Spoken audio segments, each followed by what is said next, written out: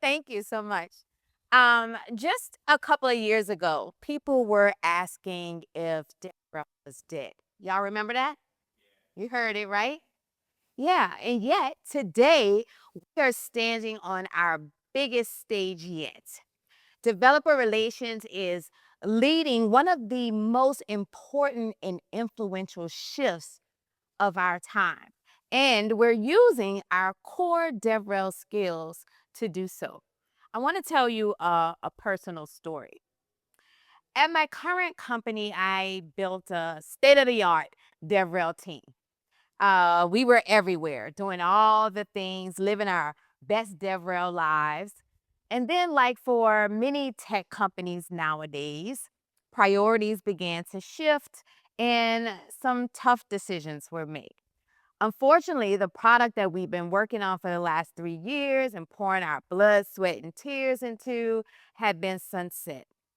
And I'll admit that this was painful, right? This was a hard pill to swallow because we had given our all to make that product successful. And now that it was gone, we couldn't help but wonder, what does this even mean for us?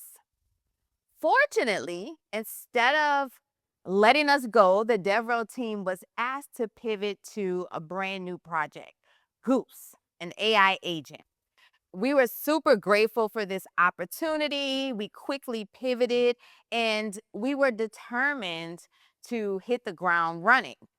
That ability, though, to pivot without losing momentum, that is something that developer advocates already excel at. Yes? Right? Adapting to new technologies, to new audiences, to new priorities on the fly. We do that. But y'all, there was one teeny tiny little problem this time.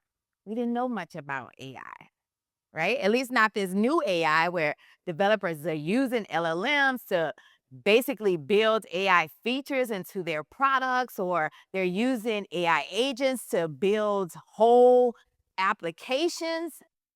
Entire role had just changed. How were we supposed something that we didn't know ourselves? Had we taken on more than we could chew? Of course we did, right? That's what we do. But that's never stopped us. So after that brief moment of panic, I realized that we weren't alone. Nobody knows this stuff, right? It's not just brand new to us, it's brand new to the entire developer ecosystem. Someone has to teach the masses. Why not us? And then suddenly, I realized why they kept us around. They asked us to stay at the company because we had the exact skills that are needed for such a time as this. A time where no one knows everything, not even the experts, but someone has to be willing to figure it out and bring others along for the ride. So, going first, figuring stuff out, guiding others, that's literally the job description of a developer advocate. We've always done that. And as AI is redefining everything at lightning speed, software development as we know it is changing right before our very eyes. If you're not learning about how to develop software, then you'll soon be out of touch with the very community that you were hired to serve. And I say this out of love. I know that there's a lot of hype around AI, there's a lot of noise. Sometimes it feels like a fad, but come on, you and I both know AI is not going anywhere, right? And I don't want my fellow developer advocates to be left behind, especially when developers look to us to lead the way. They'll never admit that, but they do. You know it. And fortunately, it's still early. And guess what? You already are well prepared for this challenge. So I'm going to share with you how my team used the skills that they already had to gain these new skills needed. The very first thing that we had to do was to be honest with our community. 5 minutes ago, we were talking about payment protocols. And now we're all in your face talking about AI, right? That looks a little suspect. So we had to make sure that people didn't confuse us with one of these grifters out here who's trying to promise you, AI pipe dreams that they can't deliver on. So instead, we were honest. We said, look, I don't know AI, but I know I need to learn it quickly, and so do you. I've helped you before when you had to keep up with the never ending JavaScript frameworks. I was there. When you were told that everything had to move to the cloud overnight, I was there. When containers suddenly became the only way that we could ship software, I was there. And I'm here now to help you again. And we didn't position ourselves as the AI experts. This is important. We position ourselves as someone who's learning with you and is going to share our discoveries, right? And don't get it twisted. This vulnerability, this doesn't mean that we show up with a lack of confidence. No, we show up confident that we can figure it out together, right? And we'll bring others along like we've always have. And this invites others to admit that they're learning too. And this wasn't a new tactic that we picked up, right? In DevRel, approachability is a superpower that we already have. And this serves us quite well in this new uncharted territory.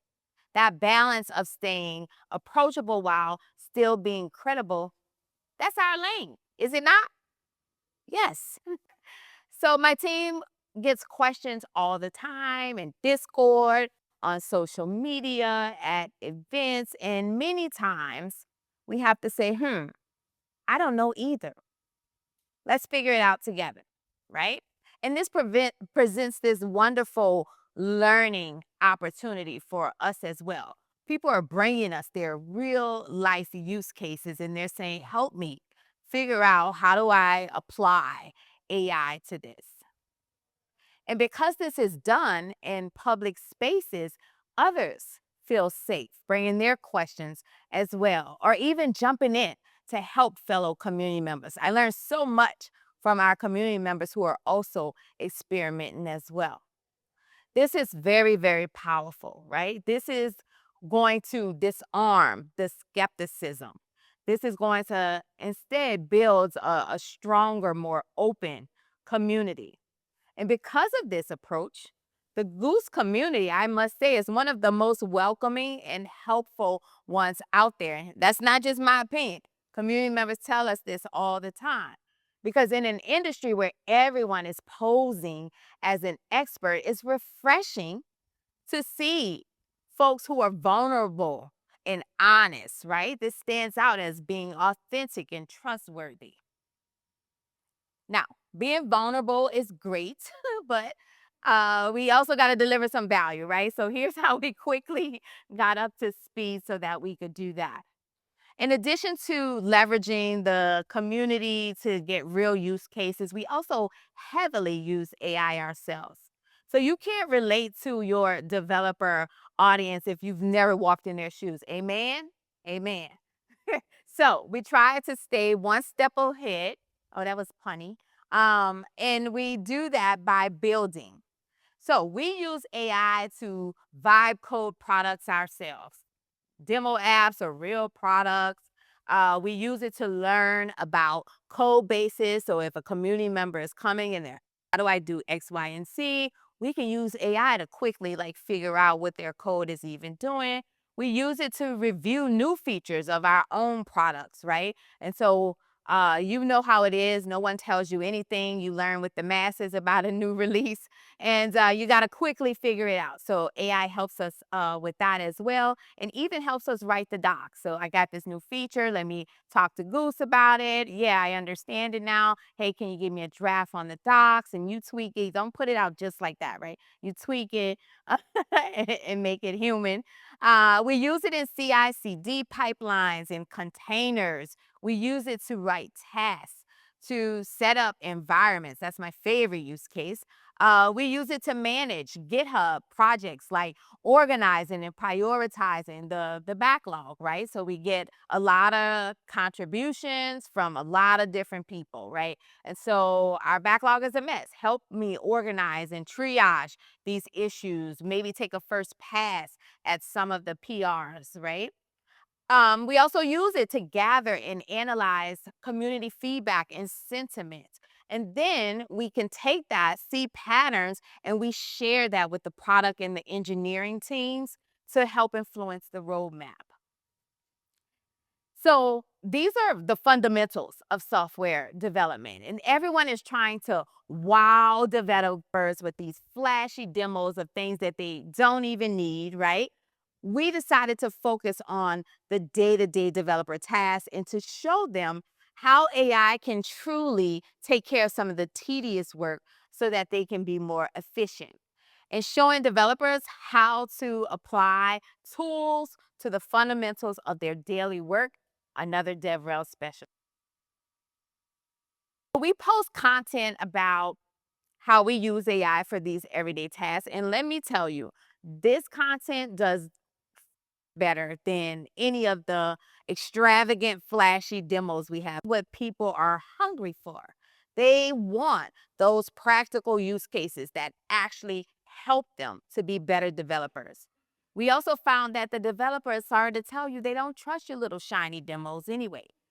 They don't believe that you one-shotted a complete application in 30 seconds. They want to see the full, real, messy process of interacting with AI. So we do live streams where we build stuff as the community. We don't shy away from the failures. AI is non-deterministic. People need to know this, right? They need to truly know what to expect when they use these tools. They need to know how to iterate when something goes wrong, how to recover from that when AI fails. They need to know how to protect their code from AI totally messing it up. And they'll never learn these lessons if we keep them in the background as we're trying to edit the video. We're robbing them of this. And this goes back to trust. Don't lie to your community. Don't try to pull a wool over their eyes, right? They can see right through this. You know that. And you're going to lose them. And you're going to ruin your reputation and your credibility in the process. But we already know that authenticity beats perfection, does it not? That's why we've always built empathy. We've always shown our missteps, and we've earned trust by being real. That hasn't changed. In fact, AI makes that even more important. All right. Woo! Let me get off my soapbox.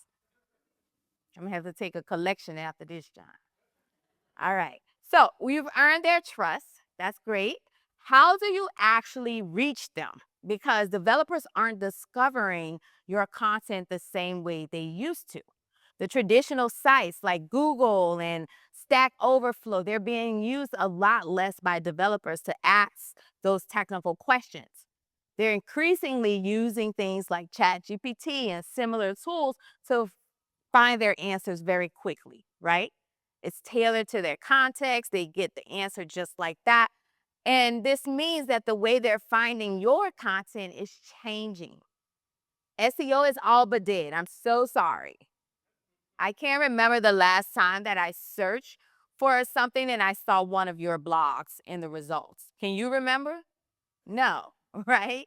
Social media is an absolute mess, right? You post, you got 100,000 followers and you got 2 likes on it. They won't show it to anyone. So we're trying to trick the algorithms. We're putting the link in the second and the third post, hoping that someone sees it. So you may be wondering, is it even worth creating content anymore when it feels harder to reach your audiences? But I promise you that high quality content, that authentic content, that still matters very much so. There are new models that are being trained all the time. And y'all, they've already consumed the entire web as it exists today. So they're hungry for some new, fresh content. And now, with the real-time search capabilities, they're even better. So Even if LinkedIn refuses to show your post to your followers, that hard post that you wrote, it was so thought provoking, you knew you were going to kill them, right? The bots will gladly point folks to that. I often, that's where I go now. I want to see blog posts. I love reading from humans, right? And so I go in like ChatGPT, ask it, I say that specifically. I don't want news articles. I don't want all of that. I want blog posts from developers. And it'll give me a list of those on a specific topic that I asked for. Same with videos. I'm often watching videos now right in my ChatGPT sessions. So this is how they're going to find your content now. But what that means is DevRel leaders that we're going to have to adjust our expectations about engagement metrics, right? The views and the clicks, they're going to face a decline. They already have, honestly. But that doesn't mean that the content is not impactful. In fact, if you just have to track those clicks, look at the ones where the refer is ChatGPT, and you'll see that it's actually bringing you your future community members. Now, we already know in DevRel how to measure success beyond those vanity metrics like clicks and stars. Yes, community health, trust, influence, these have always been at the heart of our work, and that part has not changed. And you know what else? Helping the community confidently navigate this change, that's extremely valuable too. And that's not going to show up on our dashboards. Now, one thing about AI is that it enables everyone to become builders. Suddenly, it wasn't just the developers that were asking for our help, it was everyone. See, all 12,000 employees at my company now have access to that agent Goose. And while it was designed for developers, other disciplines, they began to use it too. So it turns out being able to speak in natural language and build a prototype or an internal tool is a pretty sticky use case that everybody wants in on. But just like the developers, this presented a learning curve for those folks as well. So they needed to learn, how do I use effective prompting techniques, right? To get the results that I actually want. They needed to learn about LLMs, like what is this? How does it work? How they can be non-deterministic. That's always a shock to people. They had to learn about MCP and how they could use this protocol to connect AI to the tools that they use every day. So guess who our CEO tapped to lead this charge? DevRel. This was the moment that I realized how big our stage really was. It wasn't just about the developers anymore. The entire company was looking to us to help them step into this new era. Because again, we already had the skills to do this. Yes? In fact, we are doing this externally for the global developer community. So overnight, we started teaching everyone in the company on how to use AI. And this was legal, marketing, design, research, the executive assistants, everybody.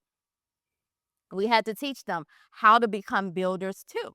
We ran weekly enablement sessions. We would teach workshops at people's offsites. So we're traveling to team offsites teaching these folks. We had to adjust our messaging to reach this audience, right? We're used to talking to developers, but now we have other folks. It became less about the code and more about the outcomes, right? We learned about their use cases. This was fascinating stuff. Let me tell you, they're way more creative than any developer you know. I'll just say that. And we had to provide this customized guidance to help them automate their workflows with AI. And we treated them just as we would any other community of builders. We nurtured them. We made safe spaces so that they could ask questions, they could seek help. We highlighted their wins. This makes people feel good, you know. All of the same things that we do as developer advocates, this applied really well for this new community that we have. And these early wins were People were building things that they didn't think they could. This created so much momentum for the company-wide adoption. And so we got a lot of kudos for leading the charge here, right? We became central to the company's AI journey, not just as teachers, but now as cultural guides. And our work set the tone for how people feel about change. We help them to move from fear to curiosity. My team receives kudos messages every week from people around the company saying, "Thank you. You changed the way that I work." This is bigger than anything that we could have been a part of. And even if you're not running internal AI enablement, your stage is still bigger now, too. Whatever you're teaching developers about AI, those lessons extend beyond your product, right? We're in a brand new era. Developers, they don't just need help learning about your tools, they need help learning how to work with AI in general. So if you're teaching anything that's AI related, your influence is going to go beyond your product, beyond your company, beyond your immediate community. Every single blog post you write, every workshop you teach, every talk you give is helping developers adapt to the biggest change that we've seen in software development in decades. And of course, with great power comes what?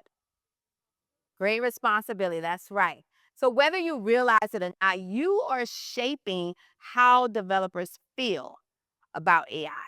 Your teachings can change their perceptions from confusion to confidence. Developers are looking to us, the DevRel community, to help them understand what's real and what's hype. They want us to point out the areas where they should focus, right? And how their existing skills can translate into this new era. So even when you're just writing docs or examples, right? You're writing the playbook for how people are going to interact with these tools.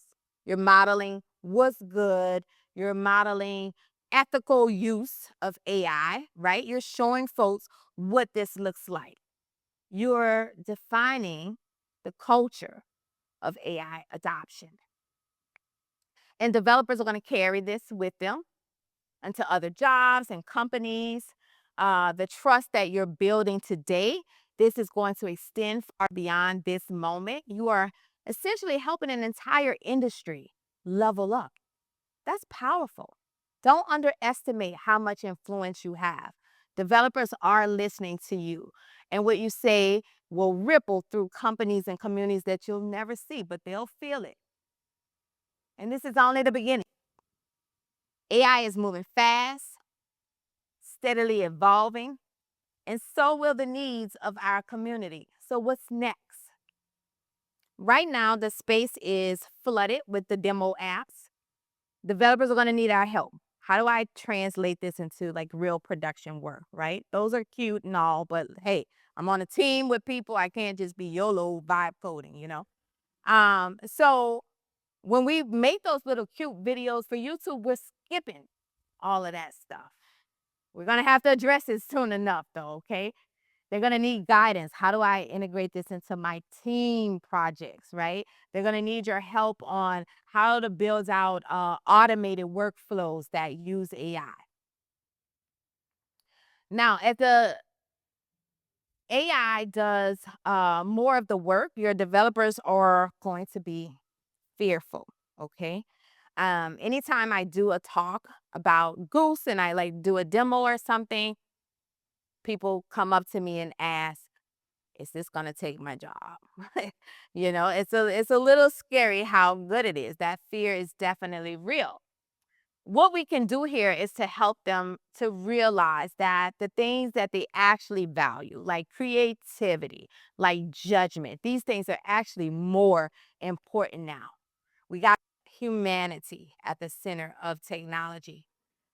That means don't just focus on teaching them how to build, but teaching them why they're building it, whom they're building it for. Help them to realize this. When people ask me how we did it, how we learned AI, how we're leading the masses, both externally and internally, I tell them we already had what we needed. We're storytellers. And storytelling is how we help people see what's possible, right? How to help them feel inspired enough to give it a try. Storytelling is how we make the abstract tangible. It's how we make the scary feel approachable. It helps people see themselves in the technology. We're also naturally empathetic. At least I hope everybody is. Um, Empathy is how we make people feel safe enough to admit what they don't know, to ask those questions. This is how we created a community where everyone can learn without judgment. And then translating new complex topics into something that makes sense to people. They actually understand it. They can actually use skills they already have. This is also one of our superpowers, right? Helps bridge the gap between the experts and the beginners, so everyone can join in on the fun. This is how we make AI accessible to the masses. So these have always been our tools. The stage may be bigger now, but these skills are definitely the same. And that's why this moment was made for DevRel.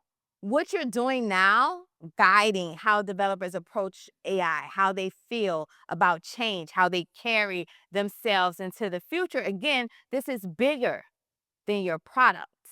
What you're doing is shaping culture. I need you to stand in this moment.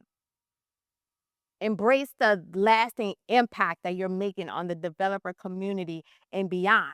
And guess what?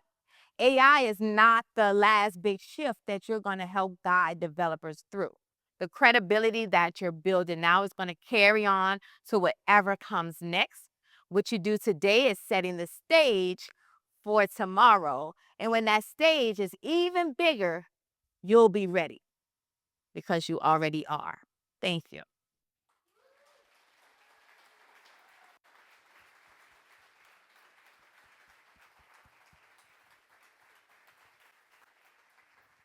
So, honestly, thank you so much for that incredible framing. I feel like that is the perfect foundation for the rest of this conference.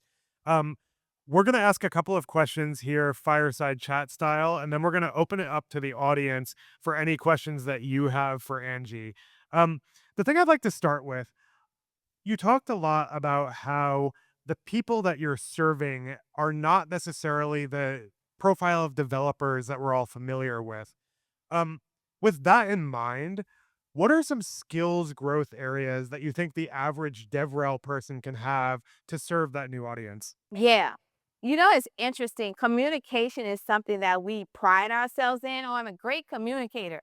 This was quickly challenged as you talk to other folks. So we will find ourselves saying things like, oh, yeah, just like somebody said, "Oh yeah, just pseudo it." And people are like, "What the hell is pseudo mean? Like, what is that?" Like, they're not familiar with things like terminals and things like that, right? And so we had to take a big step back.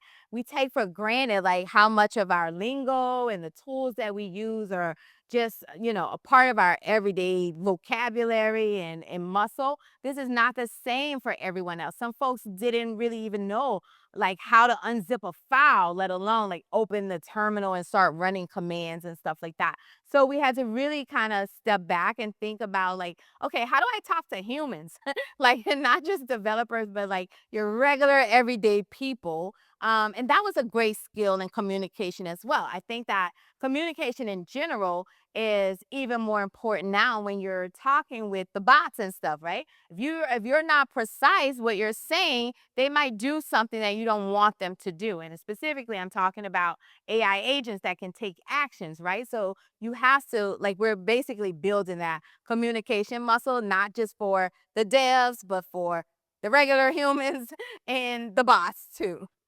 One of the things that you started with in your talk was, kind of touching on the turmoil in DevRel and how this is a new opportunity for all of us. Um, how do you think we build sustainability from now on? Right? Because like there is hype and maybe that will normalize at some point. So what do you see going forward? Yeah, I think getting to the basics is the key. We're always going to have to test software, no matter who wrote it, the bots or the humans, right? You know, it's funny. The humans judge the box code like, oh, AI slop. And I'm just thinking in my head, your code not that much better. They kind of learn from you, if we're being honest. But so testing, documenting, like all of these things are still important. And that's why this is what I want to cycles on is showing how do we use AI in these things, right? I don't know, like building software is going to likely change what that looks like, but these things stay the same, right? Or relatively close to the point, well, okay, how do I use it effectively here where I'm not just like losing all control and turning everything to the box? Like, oh, you write the code and the test and the docs. Well, where do I fit in? And how do we trust that all of that is actually accurate? Absolutely. Um, to transition to a more technical subject, and then I think we'll open it up for some Q&A from the audience. Uh, one of the notable things about Goose is that it's open source. And that's kind of at odds with a lot of the other tooling out there that may not be, quite as open. What do you think that brings to the table for your team and for the company? You know what? It brings a lot to the table in that we're giving people access to something. So we get a lot of folks who maybe their companies won't buy these other tools, right? They just want to kind of play with it on the side, on the weekends, and it being open source gives them access to do so. But also, we're not an LLM provider or anything like that. And so that gives us the space to really be free. On Gemini, you want OpenAI, you want Anthropic, bring whatever you want and have a dog in the fight. Yeah, absolutely. Sorry, I have one more question I wanted to ask before we give it to the audience, but you talked a bit about how the content landscape is changing. Do you have any hacks that you've discovered for like effectively SEO for AI? Yeah. So a great thing to do is maybe go in a incognito window with ChatGPT and then ask about your product or even you, right? And you can say, hey, or the domain. Tell me like what's the top tools in X, Y, and Z. And if your product is not on that list, then you know you got a problem, right? And so you can then ask questions, how do I strengthen my brand so that I make a list like this in the future? And it'll give you some tips. Okay, you need to make some more content. You need to be in these channels. You need to maybe work with these influencers and So we're going to open this up to audience questions. Raise your hand and we will run to you. Yep, right in the front. And please introduce yourself too. We're all friends here. Hi, my name's Regine Timothy. A little bit of a shot of water. By trade, software developer front end, but I can move into product design. So my biggest question was when you were referencing having DevRel's especially be advocates for developers, other people, and like actual humans. So when you would have like this resurgence of developer and designer relationships that come into play, how do you think DevRel kind of interjects itself that way? yeah. Um, We help a lot of designers as well to empower them even more.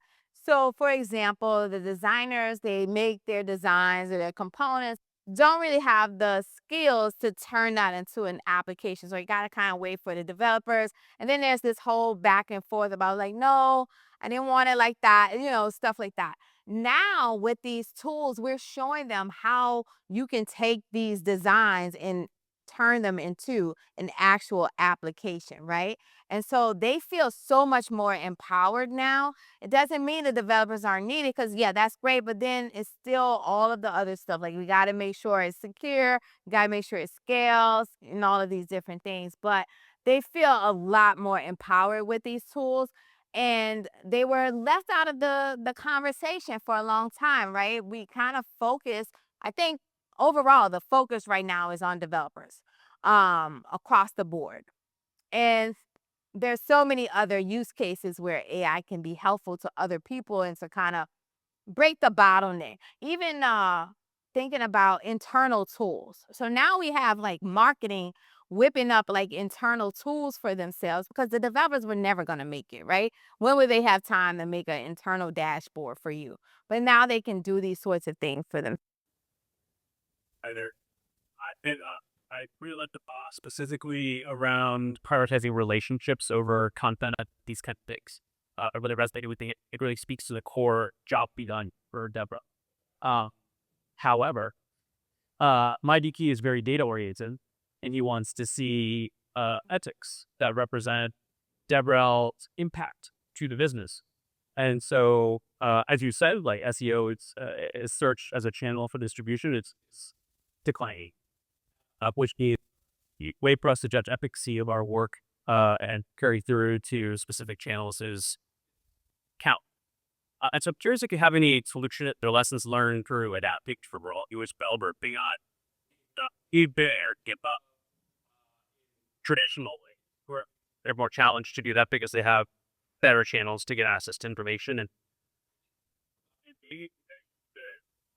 people ways in which we represent the impact of DevRel activity. Yeah. We have a talk on that, don't we? Isn't somebody doing a talk? I want to go to that talk. Actually, it's circled on my list because I need more insight on how to track that stuff too. Like, I don't want to track blog clicks or social media likes. Like, it's just not. It was never that great, but it's definitely not giving the signal I need now. So, again, what I do now is very unofficial. It's basically talking to the boss and like asking it where we are in the grand scheme of things, and I get a lot of insight on that. And it also helps me to formalize like what we should be focused on. So it's like, yeah, y'all are not coming up in these specific channels or these specific sites. And so I know, okay, let's focus there next quarter or something like that. But I don't have the answers. Nobody ever has the answers to metrics. Hopefully, the person giving the talk on metrics, are you here? Hey, bestie. So let's all go to the metrics talk. Hi, I'm Kevin. Thank you so much for the presentation, Angie. It was great. Thanks. My question is, I agree with you that developer advocates are the right people to drive this new message, but the question that I have is more about the audience, because most of us worked at companies who had an existing product with an existing persona who had a different problem, and now we're expanding into a different audience, which might be a different persona to the one that we had. So the question that I have for you is, how do you do expand to this new market or to this new persona without hurting the one that you have? It's a challenge for companies who had an existing product outside of AI, Yeah. and now they're expanding to its space. Everyone's expanding to AI, I guess. So Yeah. how do you not hurt that existing persona who might not relate to some of the problems you're trying to solve? That's a great question. How many of you are actually working on like an AI tool or it's AI like AI features? Or, oh yeah, everybody. Okay. So, all right. There, you're right. Like, so you have your legacy products and things like that. So, for example, for me, we support everything under block. So that's like our Square SDKs and APIs, Cash App, same thing. But then also like there's this shiny new open source AI agent that we also need to support. And so I have basically folks allocated to all of that, even the legacy stuff. But the AI stuff is our top priority just because this is what people are hungry for and this is what they need to learn. But that doesn't mean we neglect the other things, right? Like, hey, I'm still running your SDK. I still need these APIs. So we can't neglect that. So we do have some folks still focused there as well. Hello, everyone. Thank you so much for this opportunity. I'm a student here pursuing my master's in IT. I have no idea about developer relations. I would love to get to your advice on how can I break into this industry. What I understand is basically we will be a bridge between technical as well as business side of things, which I think I would love to be part of this industry. But I have no idea where to get started, what to do so that potential founders can hire me. So please let me know. Thank you. He's like, yeah, great talk. Didn't understand nothing you said, but yeah, I want to do that.